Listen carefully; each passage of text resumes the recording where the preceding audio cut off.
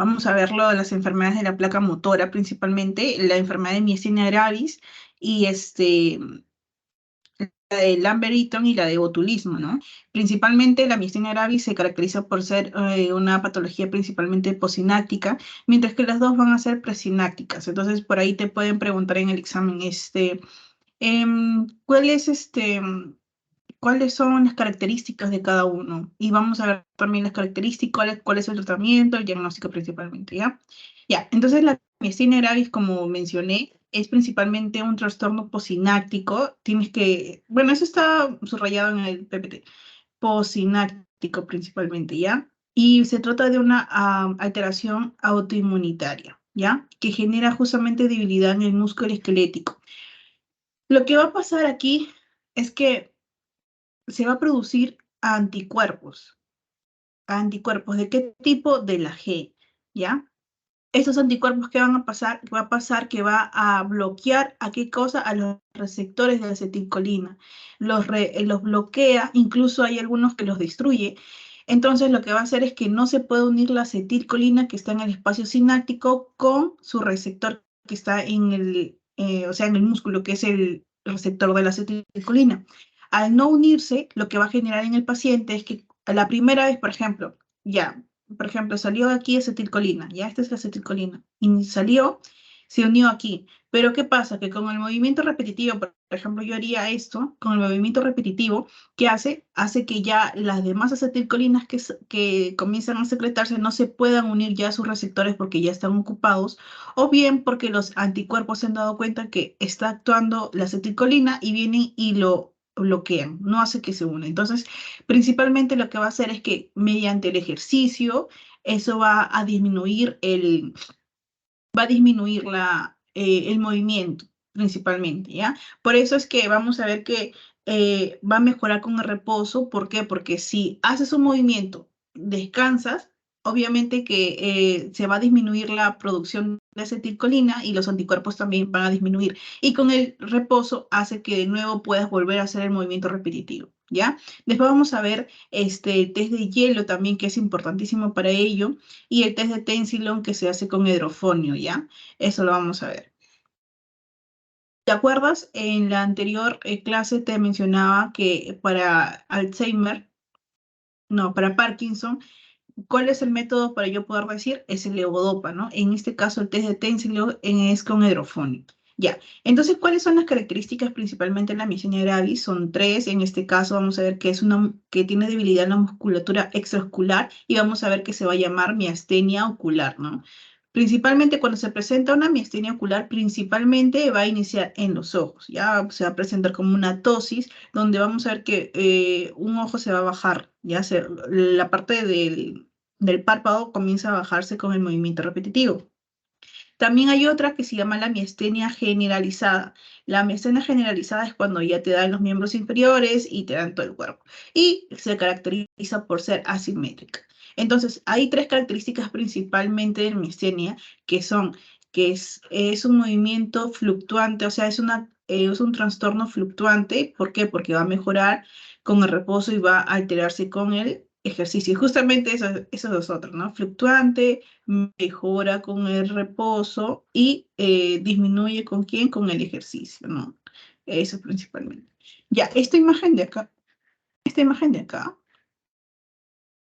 vamos a ver que acá está la placa motora y acá está el axón. Justamente a este nivel se da la alteración. ¿Por qué? Porque viene el estímulo para poder producir esta acetilcolina para que produzca el movimiento y ahí no se libera. Mira, por ejemplo, aquí esta es una placa motora normal con sus receptores. ¿Y qué va a pasar? Que vamos a ver que la miastenia gravis tiene una alteración, pero justamente se da en el receptor como te mencioné, y ese receptor tiene un complejo, se llama complejo más LRP4 agrin. Y justamente hay anticuerpos que no solamente bloquean esa parte, sino que también destruyen las criptas. Esas son criptas, ¿ya? Destruyen las criptas donde se encuentra el receptor.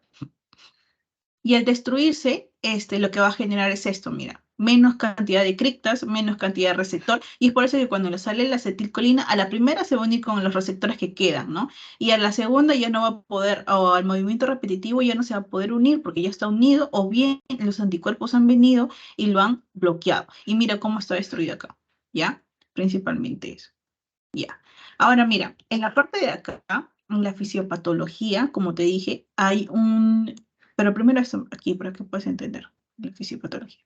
Ya mira, la miastenia gravis principalmente se da, ¿por qué? Porque hay linfocitos T que van a estimular a que se produzcan linfocitos B. Y como sabemos, los linfocitos B, ¿qué producen? Producen plasmocitos. Estos plasmocitos van a producir anticuerpos. Y justamente estos anticuerpos van a ir contra la subunidad alfa, que es alfa, ¿ya? ¿De quién? Del receptor de acetilcolina. Ahora, como te dije, el receptor de acetilcolina consta de un complejo que es el receptor más el RP4 agrin, que incluso hay anticuerpos que son contra los receptores y hay anticuerpos que son contra específicamente una subunidad de ello, que es, por ejemplo, al RP4, por ejemplo, antimás, ¿ya? Y van a actuar a ese nivel, lo que va a hacer que se bloquee. Incluso hay otras inmunoglobulinas que estimulan que se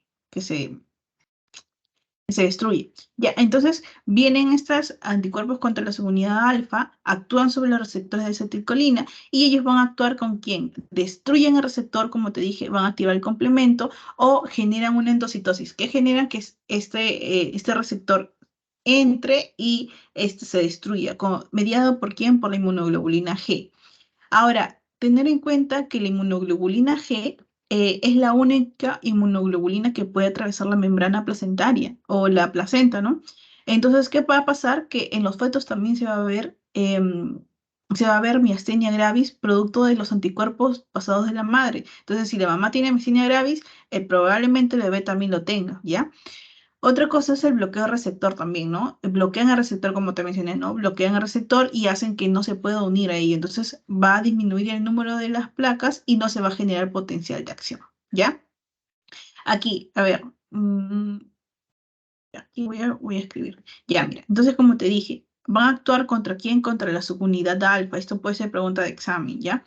Em, ahora, ¿cuál es el complejo? Como te dije, el complejo es más el RP4 y agrin. Ya, ¿esto qué es? Ya, mira, este complejo está formando dentro de aquí de receptor.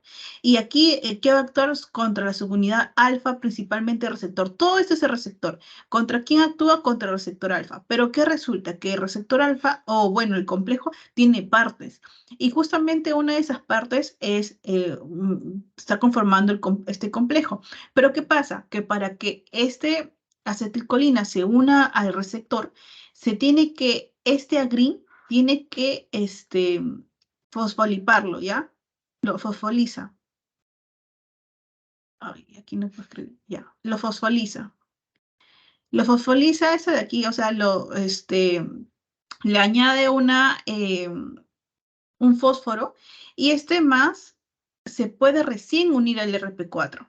Pero ¿qué pasa? Que hay anticuerpos que inhiben al agrin y el agrin no lo puede fosfotilizar o no le puede añadir un fosfato al más. Y como no le puede añadir un fosfato, entonces este más no se activa y no se une al RP4. Entonces así actúan a nivel del bloqueo. Cuando actúan a nivel de la destrucción, van a actuar y van a destruir justamente este receptor justamente en la subunidad alfa.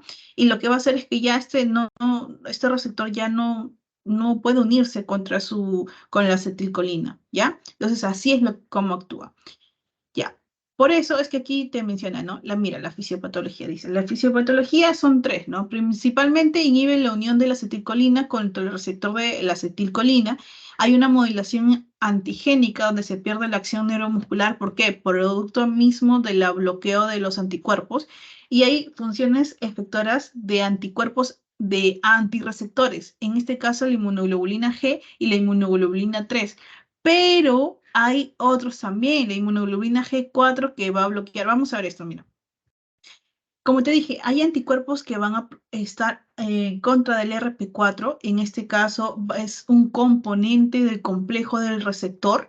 Y vamos a ver que principalmente quién actúa ahí, las inmunoglobulinas G tipo 1. Principalmente, ¿qué van a interrumpir esta señal? La señal agrin LRP4. O sea, yo te expliqué agrin. Bueno, agrin si no se activa o viene el anticuerpo y lo bloquea, no va a poder añadirle el fosfato al más y no se va a poder unir al RP4. Por eso dice señal de agrin que no se va a poder unir al RP4 el más. No lo va a poder activar al RP4.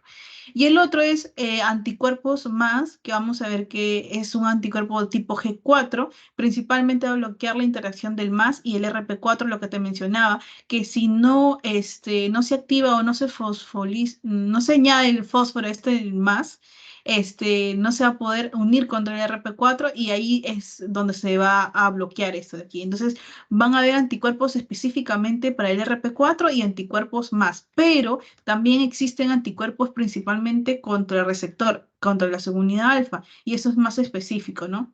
Entonces, mira, hay otro incluso te dicen las características. Hay características que te dicen que hay antirreceptores de acetilcolina, que ese es el más específico, que incluso está en el 50% de los pacientes que tienen miastenia gravis ocular. Y en donde más está también está principalmente en los que tienen miastenia, el 85% de la miastenia gravis generalizada, principalmente, ¿ya? Pero esto de aquí no se correlaciona con la severidad de los síntomas. Por ejemplo, no sé, puede ser que el paciente solamente tenga una tosis o el paciente, por ejemplo, tenga una debilidad de los miembros inferiores. Ya, pero eso no significa que a más anticuerpos de receptor contra la acetilcolina, sea peor la severidad de los síntomas, ¿ya?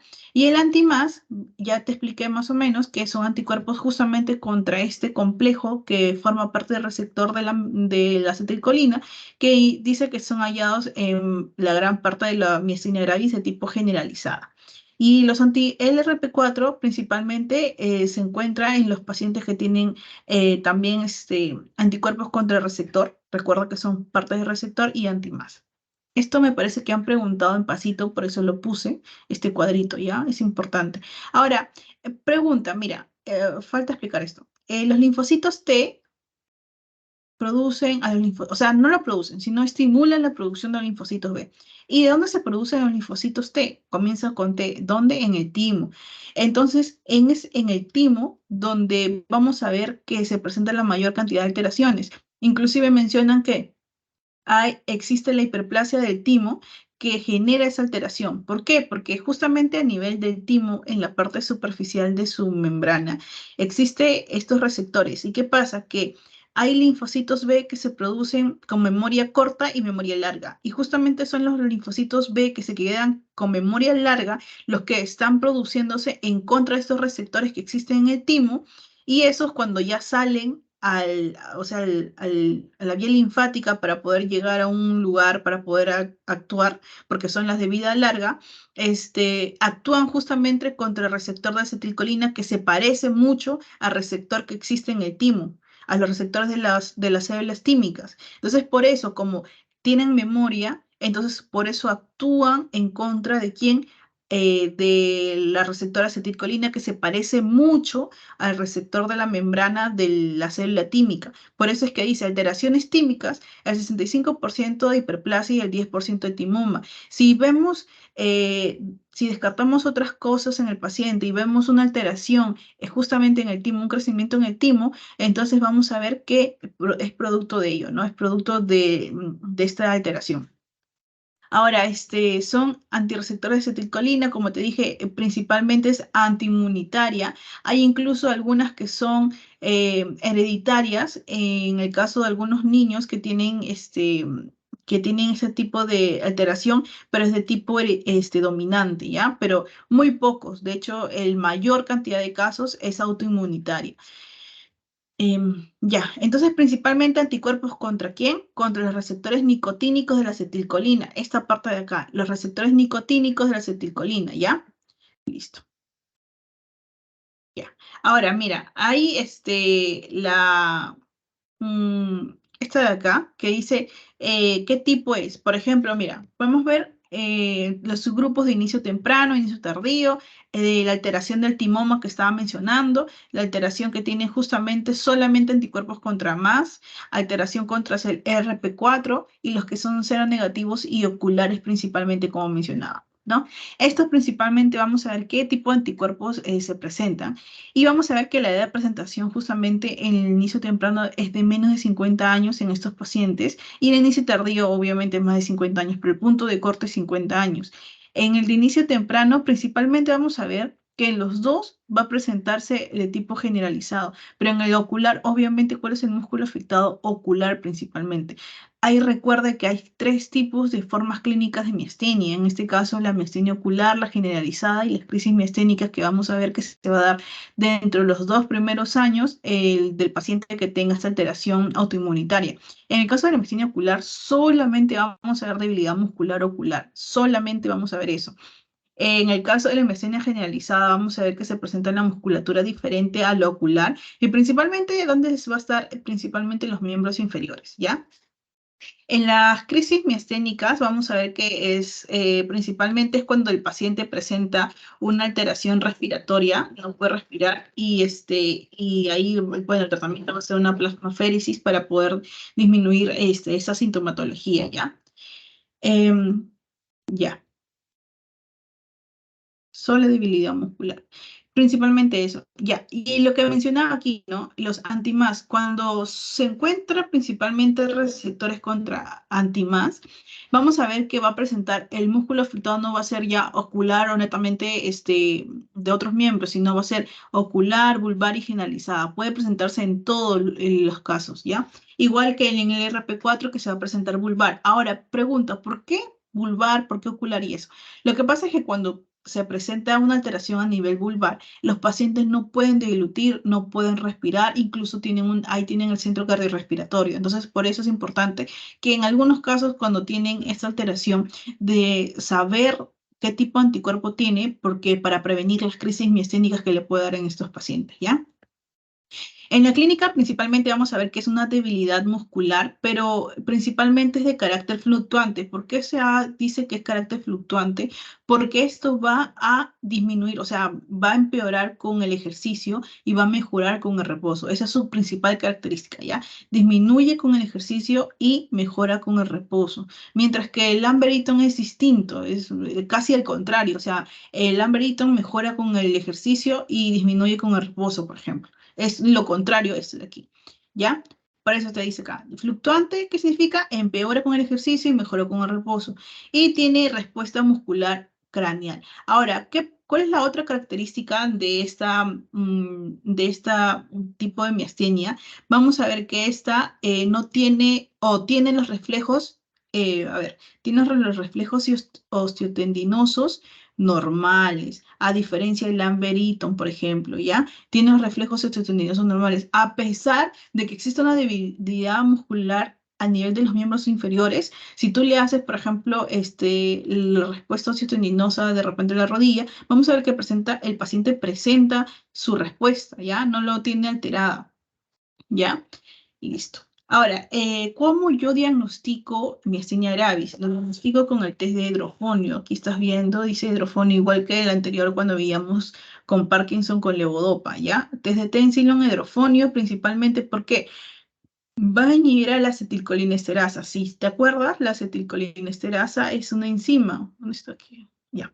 Es la enzima que degrada a quién? A la acetilcolina, ¿no? ACH. Ya, y si inhibo a la o sea, inhibo a aquella estructura que va a destruir a la acetilcolina. ¿Qué voy a hacer? Voy a estimular que la acetilcolina se quede más tiempo en el espacio sináptico. Y al quedarse más tiempo, tengo chance de que se una por ahí a cualquier receptor de acetilcolina que encuentre. Por eso dice, el test de Tensilon, bueno, se utiliza el hidrofonio y principalmente, ¿cuál es el hidrofonio? Es el fármaco que va a inhibir la acetilcolinesterasa. Y bueno, eso va a generar una mejoría inmediata, transitoria en el paciente. El otro es el test de hielo. Ah, me olvidaba decir, ¿qué pasaría si ya yo le doy al paciente hidrofonio y bueno, y por ahí se pasó un poquito de dosis de hidrofonio. Entonces, ¿cuál es su, aquí voy a poner, cuál es su antídoto? Es la atropina, ya, por ahí te pueden preguntar.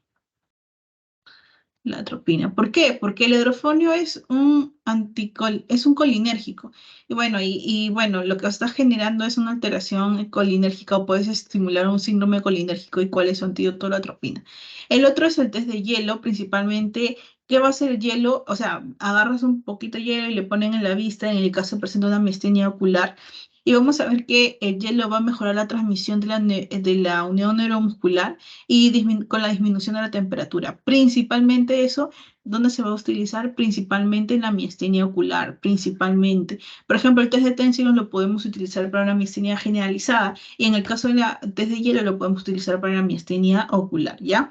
Principalmente. Después, el otro es la demostración de los anticuerpos antirreceptores de acetilcolina. Esto vamos a ver que es un poquito más específico que los demás. ¿Por qué? Porque estás demostrando que existen anticuerpos justamente, específicamente contra el receptor de la acetilcolina, ¿ya? Principalmente vamos a ver que este resultado, si te sale positivo, no es patognomónico, ¿ya? No significa que, pero a lo que me refiero es que si te sale negativo, no excluye que exista la enfermedad, pero si te sale positivo, sí, ya, si te salió positivo, está la enfermedad, pero si te sale negativo, no significa que no esté la enfermedad, ¿ya? No es patognomónico.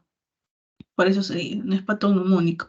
Y vamos a ver que va a tenerlo principalmente un 85-90% de los pacientes con miastenia generalizada, ¿ya? Principalmente es diagnóstica, pero vamos a poner aquí, es diagnóstica, pero solo cuando te sale positivo, ¿ya? Diagnóstica solo cuando sale positivo.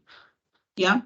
El otro que te sirve también para el diagnóstico es los anticuerpos anti-MAS. Ya, esto de aquí vamos a ver que se presentan principalmente en donde, en los pacientes que tienen miastenia generalizada. En estos pacientes vamos a ver que tienen, por ejemplo, ya, vamos a ver, voy a anotarlo, ¿ya?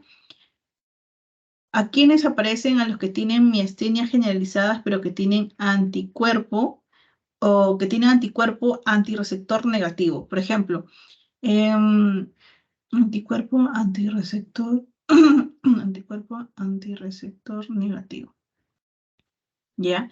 En ellos principalmente va a aparecer, y bueno, se va a encontrar que ellos tienen también, hay una asociación principalmente del antimás con el anticuerpo en contra del LRP4. Principalmente vamos a ver que hay una asociación por lo mismo de que el MAS al activarse tiene que activar el LRP4 para que pueda unirse la acetilcolina con el anticuerpo. ¿Ya? Y el otro que es más, los demás podrían servirte, ¿ya? Pero este es el que se usa principalmente.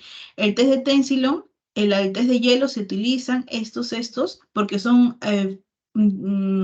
estructuras o cosas fáciles para poder diagnosticarlo. Y el estudio neurofisiológico que sí, si este te sale positivo, lo tiene. Y si te sale negativo, eso no lo tiene. Ya te sirve para el diagnóstico principalmente, ¿ya? Vamos a ver cómo se utiliza, ¿ya? Vamos a ver que hay velocidades de conducción nerviosas y estas pueden ser normales. ¿Por qué? Por el estímulo de potencial. Pero cuando se utiliza esto, vamos a ver que se va a utilizar para la velocidad de conducción en el caso del potencial de acción repetitiva, ¿ya? ¿Y cómo te va a generar, qué va a salir en el potencial de acción repetitiva? Va a disminuir, obviamente. Mira, aquí está. Acá está la estimulación repetitiva. Esta es una estimulación de un paciente normal. Y vamos a ver que se ve aquí los potenciales de acción y vamos a ver que entonces es igual. O sea, por ejemplo, a mí me dicen mueve la mano, ya yo muevo la mano y entonces va a ser igual porque el mismo potencial de acción está llegando para yo poder mover mi mano. Pero ¿qué pasa? Que en la miastenia gravis no. En la miastenia gravis yo mando a mi cerebro, le digo, mueve la mano, pero en el tiempo va a ir disminuyendo. ¿Por qué? Porque ya la acetilcolina no se va a ir uniendo a su receptor. Por eso se dice, ¿no? Es una potencial de acción repetitiva y está disminuyendo.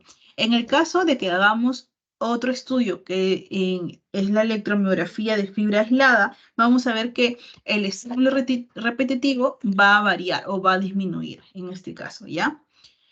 Em, ya. Y bueno, ¿y cómo se llama esta de aquí, esta forma de acá? Porque vamos a ver acá. Se llama a ver, en el estímulo nervioso repetitivo, en este caso de acá, ¿cómo va a ser la alteración? Va a ser una disminución del potencial de acción, ¿ya? Y en la electromiografía de fibra aislada, que es esta de acá, la electromiografía de fibra aislada, vamos a ver que va a aparecer una asociación que se llama el incremento de Jitter. Es este de acá. ¿Por qué? Porque vamos a ver que la primera respuesta va a estar aumentada y conforme pasa el tiempo va a estar disminuida, ¿ya? Va a estar disminuida, por eso se llama incremento de Jitter y después las demás van a estar disminuidas, ¿ya? Dice que incluso que esta es la prueba más sensible, pero bueno, se puede utilizar la fibra única para el diagnóstico y bueno, la de potencia repetitiva también para el diagnóstico, ¿ya? Principalmente eso. Ya, el tratamiento, vamos a ver que el tratamiento, vamos a ver si se trata de una timectomía, o sea, si el paciente tiene un timoma, en este caso, si tiene un timoma, lo que vamos a hacerle es una timectomía, obviamente. ¿Por qué? Porque ¿de dónde está generándose la alteración a nivel de los linfocitos T, que están estimulando la producción de los linfocitos B alterados? ¿Y estos dónde van a actuar? Van a actuar en cuanto a los receptores de acetilcolina. ¿Y de dónde venían? Venían de acá. ¿Por qué? Porque los receptores del timo, bueno, los receptores del timo, vamos a ver que presentan una estructura parecida a la de quién, a los receptores de la acetilcolina. Entonces, como ya venían alterados a nivel del timo, entonces, ¿qué va a pasar? Obviamente van a actuar en contra de los receptores de acetilcolina que tienen la misma estructura parecida a los del timo, ¿ya? Pero sacando eso, bueno, acá está timectomía. Pensé que no había puesto timectomía. Sacando eso, en el caso tengamos un paciente sintomático, obviamente, con ello, entonces lo que vamos a hacer es darle fármacos anticolinesterácicos. Ya te acuerdas, anticolinesterácicos. ¿Cuál es su antídoto? La atropina, ya. Nunca olvidarse de eso. Ya, entonces los fármacos anticolinesterácicos, vamos a ver que está la piristumina, neostigmina, y bueno, son los de primera elección principalmente en estos casos de los pacientes, ¿ya? Y vamos a ver que incluso vamos a ver sobredosis, por eso yo digo, tienes que saber cuál es el antídoto de los colinesterácicos, em, o sea, de estos de acá, el efecto muscarínico, cuál es su antídoto, que es la atropina. ¿Por qué? Porque vamos a ver que incluso le podemos administrar un poquito más y vamos a ver los efectos muscarínicos que principalmente van a traer esos anticolinesterácicos, como es la debilidad, la salivación, principalmente los que son em, su sobredosis principalmente, ¿ya? Las náuseas, las diarreas principalmente. ¿Y qué pasa? Que como sabemos que esto es un tratamiento sintomático, ¿ya? Sintomático. ¿Por qué? Porque ellos lo que van a hacer es que van a inhibir a la acetilcolinesterasa y la acetilcolinesterasa, al inhibirla, va a disminuir la destrucción de la acetilcolina y eso va a hacer que se quede más tiempo en, el espacio sináptico. Pero tenemos que darle un tratamiento etiológico porque sabemos que es una etiología de qué tipo inmunitaria, ¿no? Entonces, ¿qué le damos? Los corticoides. Obviamente sabemos que los corticoides disminuyen la respuesta del sistema inmunitario. Entonces, dentro de los corticoides inmunosupresores, ¿para qué? Para disminuir la respuesta al de las inmunoglobulinas, le vamos a dar principalmente que es la aciotropina, que es la que se habla mucho, y después vamos a darle el micofenolato, principalmente, incluso la ciclosporina, ¿ya? Ya, ya. Eso principalmente le vamos a dar al paciente. Y en caso de que haya crisis miasténicas, le vamos a dar una plasmaféresis al paciente. ¿Para qué? Para venir con anticuerpos que no tengan esa alteración. Al tener más anticuerpos que no tengan esa alteración, obviamente va a reaccionar bien el cuerpo, ¿no? Em, Aquí hay medicamentos que pueden conservar el tratamiento de miastenia gravis, porque acuérdate, no tenemos pacientes solamente con una patología, tenemos con varias patologías. Imagínate que venga un paciente que tenga epilepsia y que venga con miastenia gravis, imagínate. Entonces, vemos aquí que hay epilépticos que le pueden generar ello. Entonces, al darle el tratamiento, tú tienes que pensar que no le debes dar ni fenitoína ni carbamazepina a este paciente, ¿ya? Listo. Ahora, ¿cómo es el tratamiento? Mira, el tratamiento es así. Primero, confirmas que el paciente no tiene miastenia, ya. Confirmaste. Después, ¿cómo inicias? Inicias con inhibidores de acetilcolinesterasa, o sea, los sintomáticos. Y timectomía en el caso de que el paciente tenga un timomio, obviamente, ¿no? Si vamos a ver que el paciente es una crisis generalizada, entonces, y reaccionó bien, bueno, continúas con el tratamiento. Y si no, ya le das el tratamiento etiológico, que es prednisona o acitropina, que es, la prednisona es el corticoide y la acitropina también es el inmunosupresor, ¿ya? Entonces, ¿genera un buen efecto? Sí, continúas con el tratamiento. En caso que no genere un buen efecto, se le da micofenolato o rituximab, que vamos a ver que son que son otros medicamentos, ¿no? Son los anticuerpos monoclonales, ¿ya? Y estos, bueno, obviamente son los más específicos y también los que también te pueden dar efectos secundarios, ¿no? Si el efecto es suficiente, continúas con tratamiento y si no, ya con otro tratamiento inmunosupresor, ¿ya? Igualito que acá, en este caso también, lo mismo. Hay tratamientos miastenias que son de forma exclusivamente ocular, de forma generalizada y la miastenia. ¿Qué le vas a dar a cada uno? Obviamente, si es ocular exclusivamente, solamente le vas a dar anticolinesterácicos. ¿Y quién es principalmente la piridistomina? Ah, me olvidé de mencionar. ¿Cuál es el de primera elección? La piridistomina. Si no funciona, nifstigmina. Así, ya, por eso dice acá primera elección. Me olvidé de mencionar. Ya, y si es insuficiente, ya, entonces ahí le das un inmunosupresor que yo mencionaba, la aciatropina o ciclosporina. Ya, en el caso, ay, mi batería, un momento.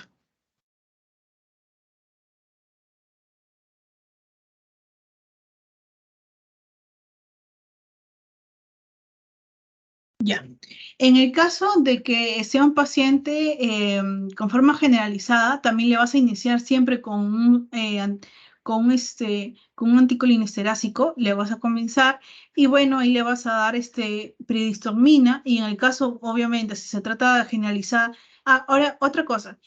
Si tienes un timoma, el timoma no te va a dar solamente, no te va a dar la forma ocular. Puede incluir la forma ocular, pero por lo general te va a dar la forma generalizada, ¿ya? Eso tenlo en cuenta.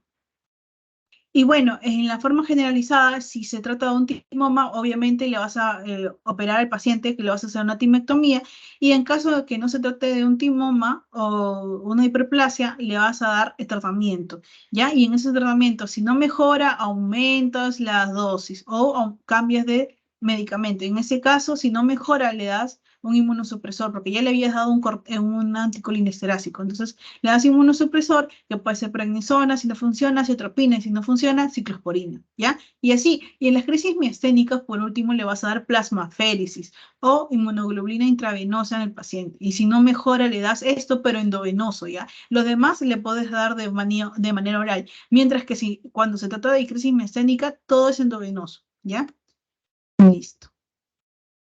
Ya, el otro es el tratamiento de Lamberito. Los que vienen aquí principalmente son de alteraciones presinápticas, pero la alteración que causa aquí de Lamberito, vamos a ver que es una alteración contra los canales de calcio principalmente y que son dependientes de qué de voltaje, ¿ya? Se llama así, canales de calcio dependientes de voltaje, ¿ya? Entonces, ¿qué va a pasar? Que vienen los anticuerpos y van a actuar justamente contra esos canales de calcio. Pero ¿qué pasa? Que obviamente los anticuerpos no van a venir y van a atacar a todos de una sola vez. No, vienen los anticuerpos y atacan a uno, atacan a otro y atacan a otro y así aumentando con el tiempo. Pero ¿qué pasa?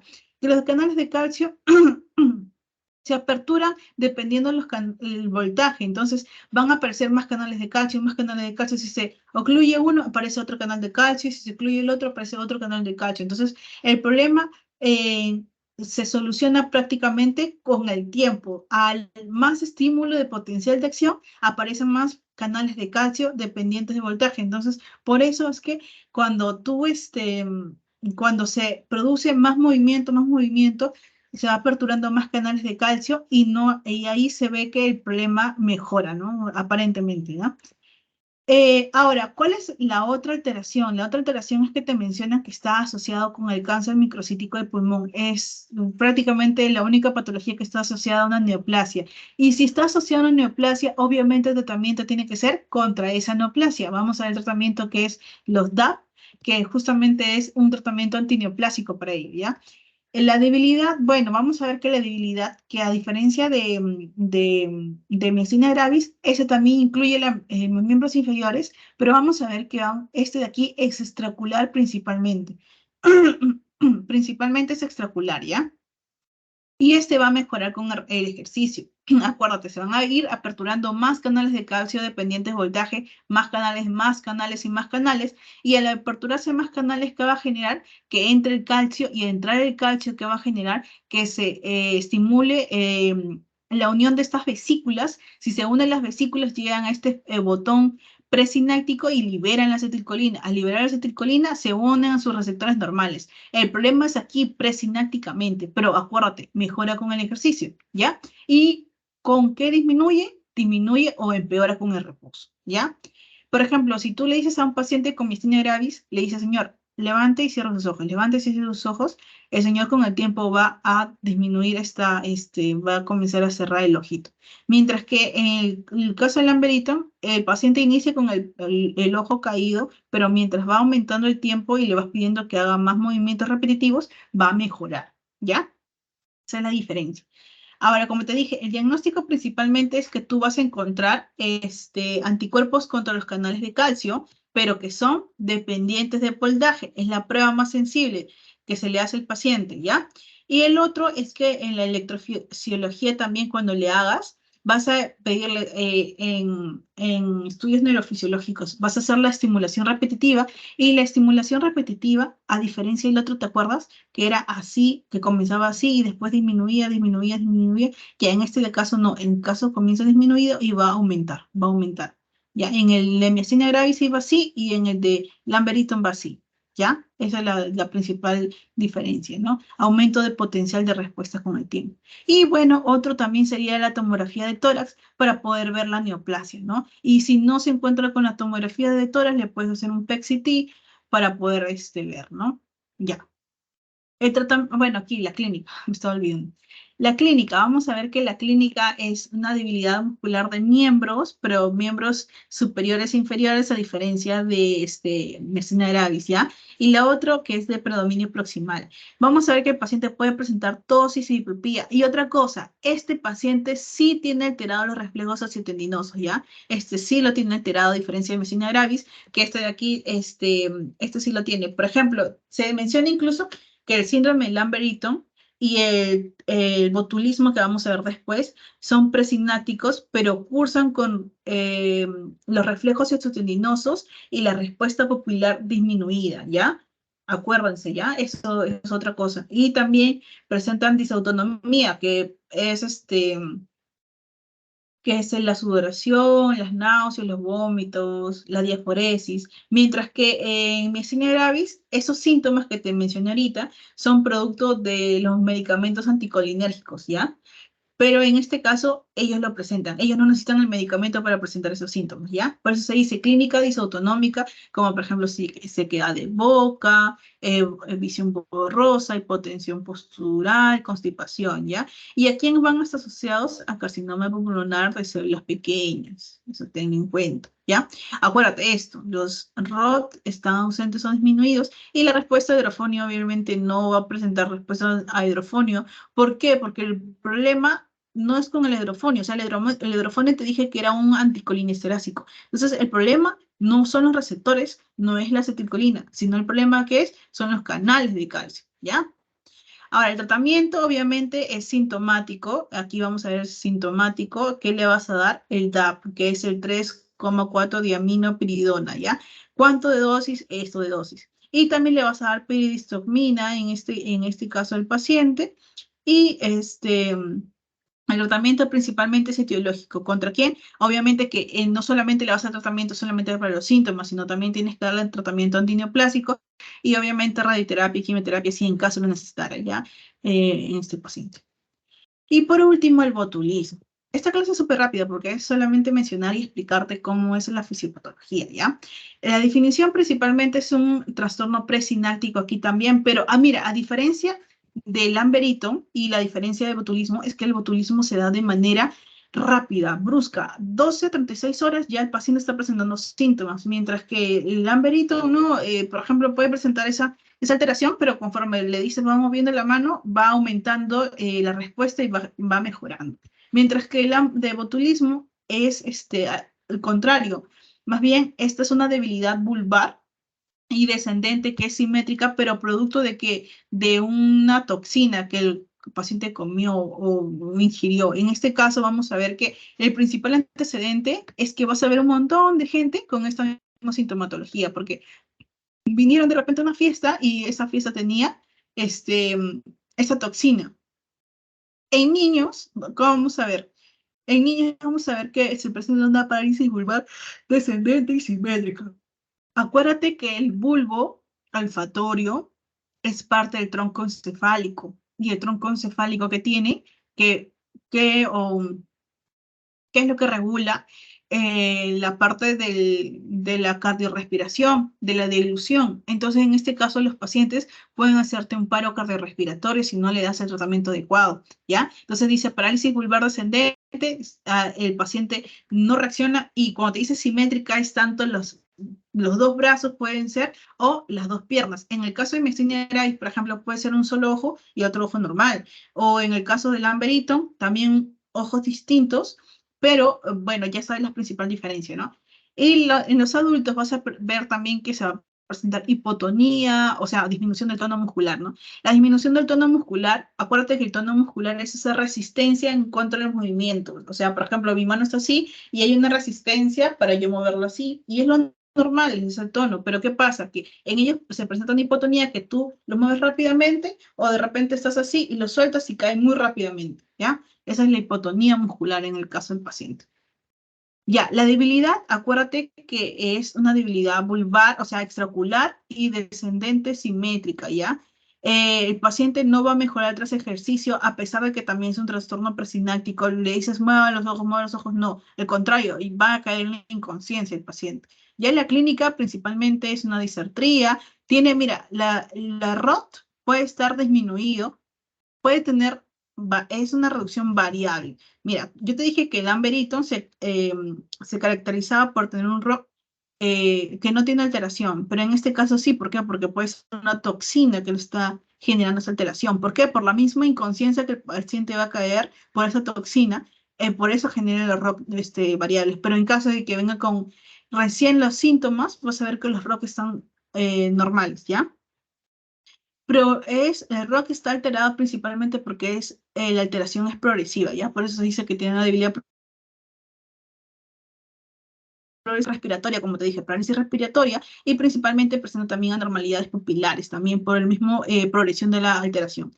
Ya, bueno, vamos a ver qué tratamiento, principalmente si es una toxina que está generando. ¿Y por qué se da esto? Mira, lo que pasa es que hay pacientes que comen pescados, me parece, enlatados, que tienen esa toxina de la toxina botulínica, justamente del Clostridium botulinum, que ¿cuáles son los tipos que genera la A, la B y la E? Justamente este Clostridium botulinum genera la toxina, la botulínica. Y esa es justamente es el que se utiliza en el Botox, pues, ¿no? Obviamente si genera que no se mueva nada, porque eso hace, entonces ya, bueno, se le inyecta, pero eso también está en las comidas enlatadas, en las comidas así también, ¿no? Ya, bueno, entonces el paciente consumió y bueno, entonces el tratamiento es antitoxina, ¿no? Entonces por eso se da antitoxina equina, no se le da en los pacientes, en los infantes, pero en el caso de que esté muy grave, se le da principalmente una inmunoglobulina humana. Acuérdate, la antitoxina equina se le da principalmente a los adultos, mientras que la antitoxina humana, la inmunoglobulina humana, se le da a los infantes, ¿ya?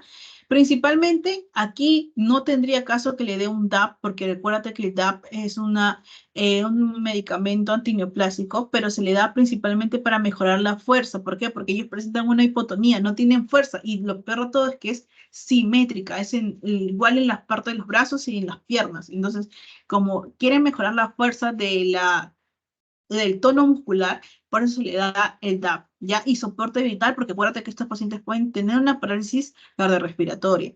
Ahora, ¿cómo yo hago el diagnóstico de ellos? Lo hago mediante potencial de acción. Acuérdate, tienen que tener por lo menos dos músculos. ¿Por qué? Porque si tú haces de un solo músculo, puedes pensar que se trata de un Lamber-Eaton o de una miastenia, pero si le haces el diagnóstico y tiene por lo menos en dos músculos distintos, que sea pierna y brazo, o los dos músculos, que sean los dos brazos, tener que sea simétrico, pero igual, al tener igual los dos brazos, también tienes que hacerle de las piernas para poder saber si es generalizada, porque acuérdate que la toxina botulínica es de manera generalizada, no es solamente de los brazos o de las piernas, por eso te digo, dos músculos, pero que sean dos músculos distintos. Y para saber si hay simetría, les puedes hacer los dos músculos, pero del mismo tipo, o sea, los dos brazos, pero por lo mínimo tienes que hacer los dos músculos de distintos tipos, ¿ya?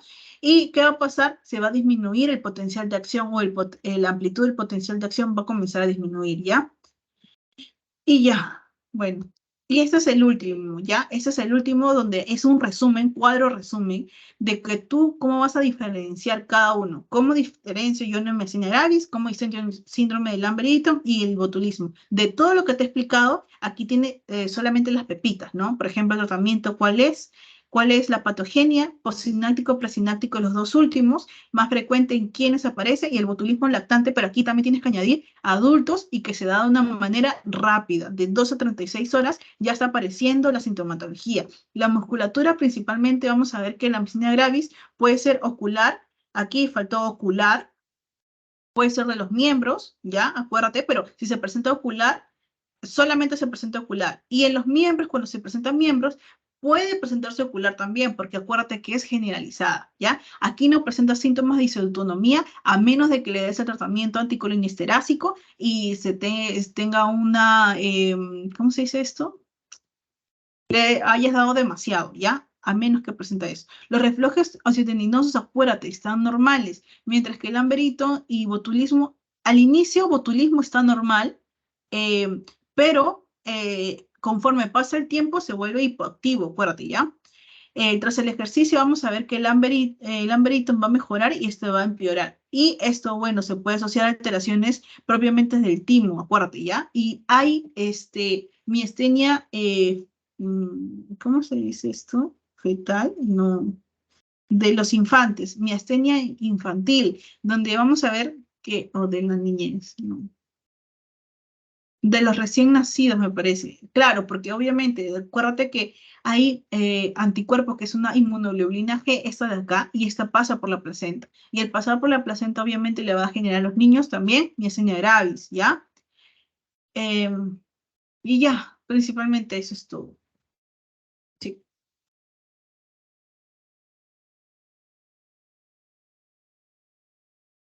Ah, chicos.